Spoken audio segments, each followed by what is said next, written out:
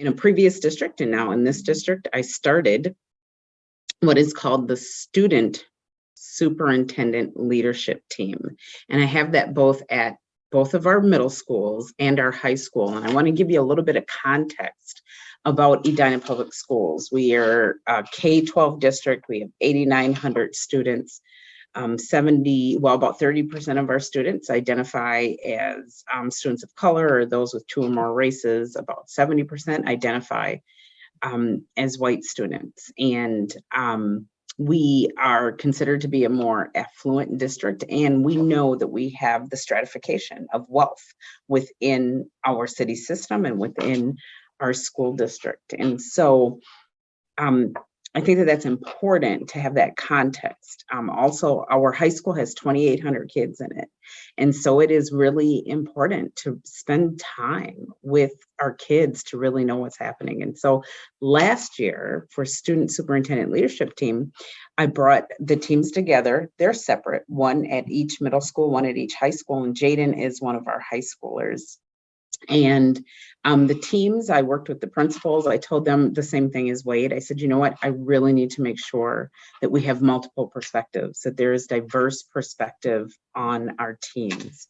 At the high school, we have a team of about 14 students. And we met 4 times last year to come together. In the first meeting, I said, you know, this is your space. I want you to tell me what's important to you. And I led them through a little activity where they were able to identify themselves, and then rate what was most important to talk about. And I don't think it was coincidental, but at each one of my schools in 3 different times, they rated mental health for students was really important. And so what they did was they went to work on that. And we actually worked with Tony from ThoughtExchange, and he came in and he did some training with the students on what ThoughtExchange is and what the ratings mean and how to develop a question. And so they developed a question. And in a moment, I'm going to bring Jaden in, but I will share just one of the reports that we are able to get from ThoughtExchange. What I love about ThoughtExchange is the different types of reports that we're able to receive. And this one is a Venn diagram, and it's a report that allows us to look at where the similarities and the differences are. But the question that they developed are, what are some ways we can address the impacted health of Edina Public Schools? And so Jaden, do you want to talk about for us the process after we developed that question? Like, how did you market it? What were some of the things that the team did to make sure that students knew about it, because there was incredible engagement in the process? Yeah, so I think we really had an incredible team working together, and I was really grateful to be on the team. I remember going home and I was talking to my parents and I was like, the superintendent wants to meet with us and the superintendent wants to hear about what we have to say. And I think all of us really cherished that opportunity. So when we came up with this question, we were really trying to target, what does the student population have to say about their own mental health and what they see among their peers? So in order to market it, we did a lot. We really wanted students to fill this out. So we sent out blasts on our school district platform, Schoology. We were posting QR codes all around the school. We were sending out emails. We even at one point had one of our students working in he was making like wooden boxes to fit our theme or something. It was really cool. But pretty much we were trying to get as many students as possible, and we really did get a lot of participants, which was amazing to see.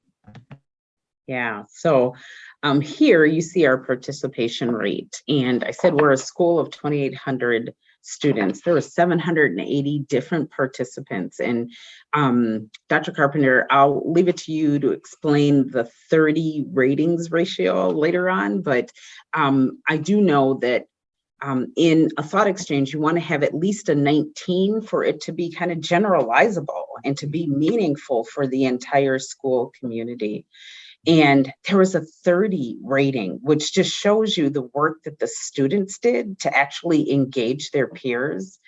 There were 557 thoughts that were placed, and there were 16,787 ratings. There is no way that we could have brought the kids into an auditorium and worked with a lot of little sticky notes to get to this space. And so, Jaden, do you want to talk about like what rose to the top? What was really important for overall for the students? Yeah, we had a lot of people. Now I'm trying to remember back to spring. A lot of an issue was as we were coming back from COVID, students were just they didn't feel prepared to jump right back into school, and then like heavy course loads and just issues in like feeling safe and feeling welcome in school was popping up a lot, and that just all contributed to students' mental health.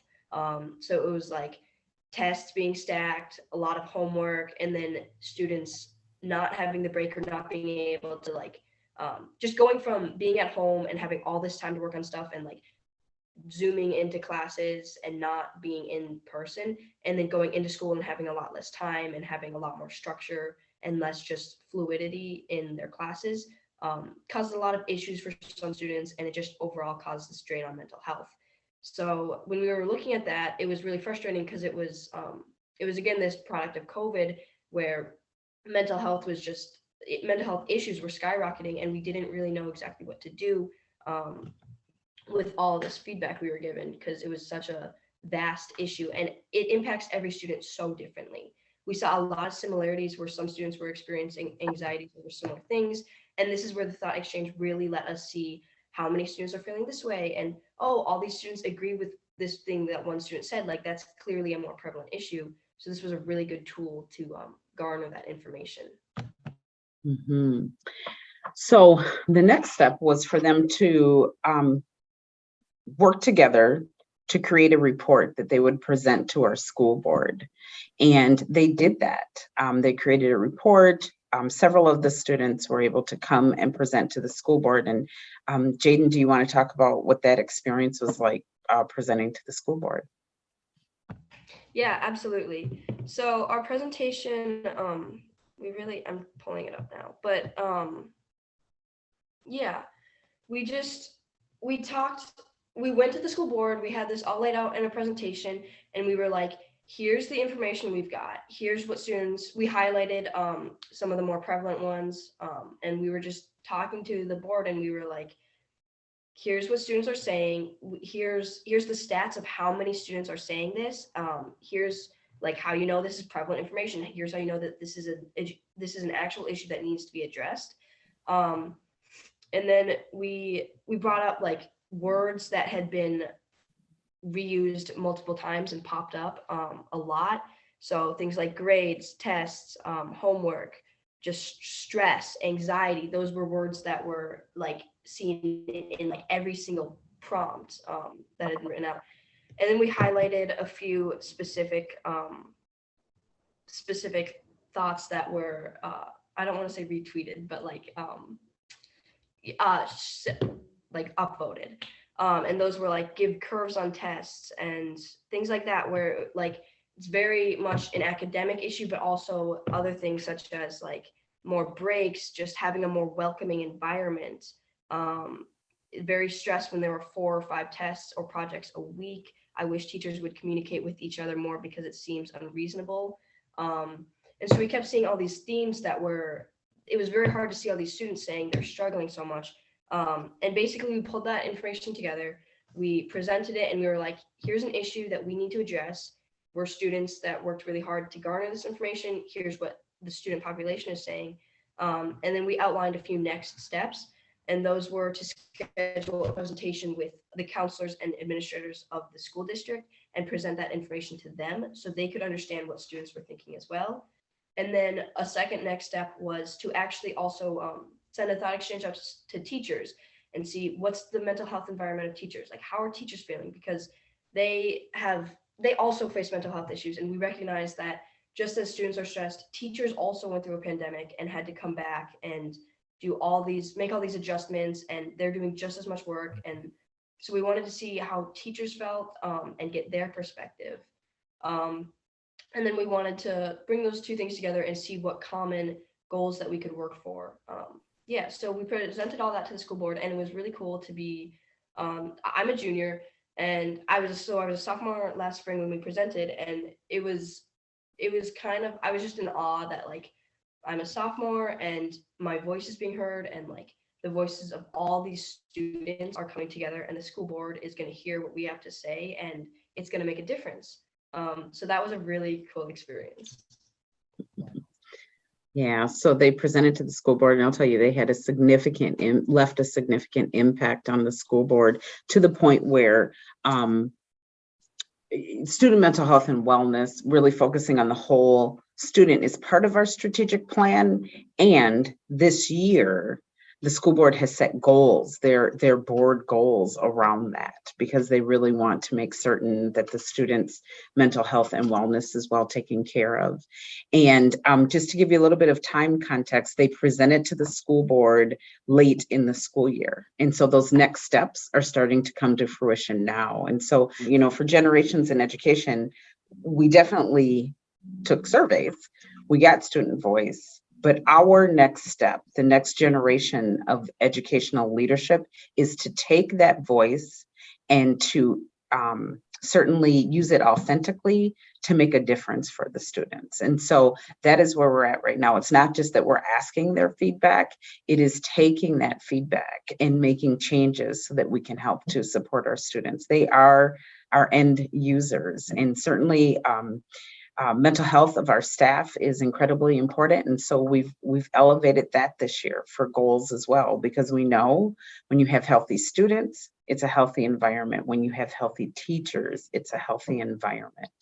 Our superintendent student leadership team will continue at each one of the schools. I want to say both of my middle schools also presented to the board. Their teams presented that evening to the board as well. And each one of those teams had different next steps that they wanted to follow. And each one of the principal administrative teams and counselor teams are looking into how to support those, to make certain that, what students have asked for that they're being heard, and that that's being enacted.